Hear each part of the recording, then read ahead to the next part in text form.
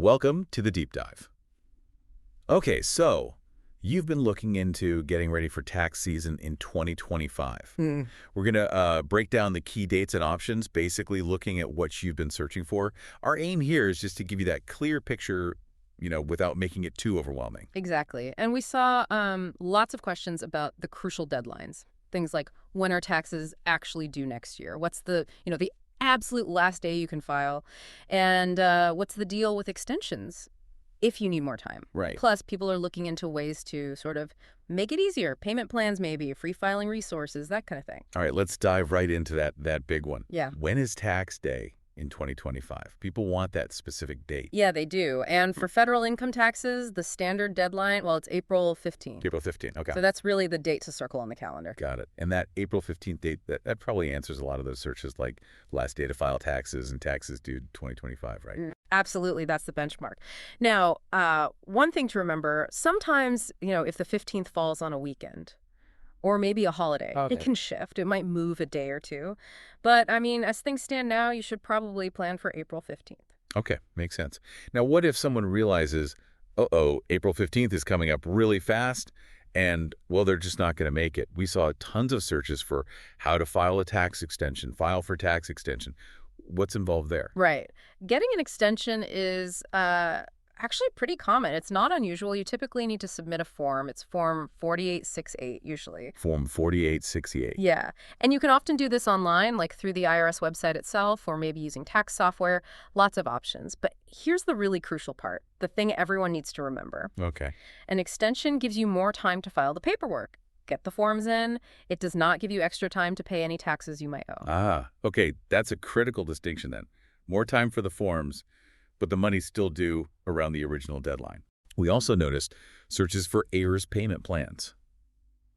So what if paying by April 15th is, well, just not possible? What then? Yeah, if paying on time is going to be a struggle, the IRS does have options. These IRS payment plans you mentioned, they can definitely help you manage what you owe over time. It's almost always better to file on time, even if you can't pay right away, and then set up a plan. Right. Better than just ignoring it. Much better. Because ignoring it leads to, well, the less pleasant side. Which brings us to those other searches, like what happens if I miss the tax deadline and penalty for filing taxes late. What are the consequences? Missing the filing deadline, yeah, that can bring on penalties. And interest, too.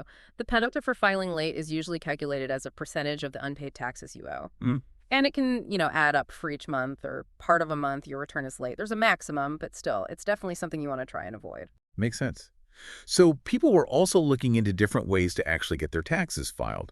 We saw names like H&R Block, TurboTax, Jackson Hewitt popping up, alongside free tax filing and file taxes free. Yeah. Seems like folks are weighing their options. Absolutely. And there are lots of ways to do it, using tax software like those names mentioned, or, going to a tax professional. And there are free filing options, too, if you meet certain income requirements, usually. Where do you find those? The IRS website is actually a good starting point. They have a free file program. It can guide you to providers. Okay.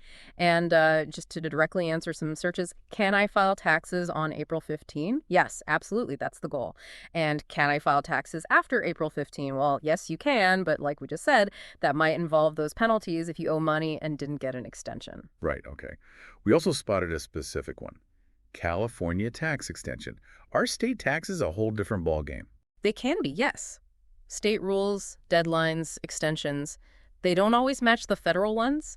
So if you're in California, or any state really, you need to check specifically with your state's tax agency. For California, that's the Franchise Tax Board. Good tip. Don't assume it's the same. Exactly. Okay, and finally, some people got really specific. What time are taxes due? And even what time are taxes due on April 15? Is there like a midnight cutoff? Yeah, down to the minute. For electronic filing, it's generally considered on time as long as it's transmitted before midnight in your own time zone on April 15. Your local time zone, okay. Right. Now, if you're old school and mailing a paper return, it typically needs to be postmarked by April 15th. Postmarked. Yeah. But honestly, to be safe, just aim to get everything done and submitted well before the very last minute. Avoid the stress. Good advice. So let's quickly recap. April 15th is the main federal target for 2025. Correct. If you need more time for the paperwork, file for an extension using Form 4868 usually. But remember, critically, That's just more time to file, not more time to pay. A crucial point. Missing deadlines. That can mean penalties and interest, so try to plan ahead. Absolutely. And explore those different filing methods, software professionals, free options, and payment plans if you need them. Exactly right. It's all about finding what works for your situation. And, maybe a final thought. Since you're already looking into all these deadlines and options now, quite early, really, maybe think about how getting all your tax documents, like your receipts and statements, organized even earlier in the year, say right after New Year's, how that could make this whole process feel even simpler and less rushed next time around.